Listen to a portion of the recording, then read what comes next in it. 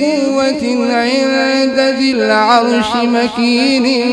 مطاع ثم أمين وما صاحبكم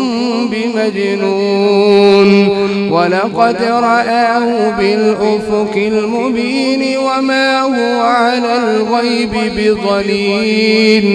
وما هو بقول شيطان رجيم فأين تذهبون إن هو إلا ذكر للعالمين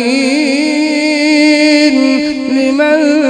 شاء منكم أن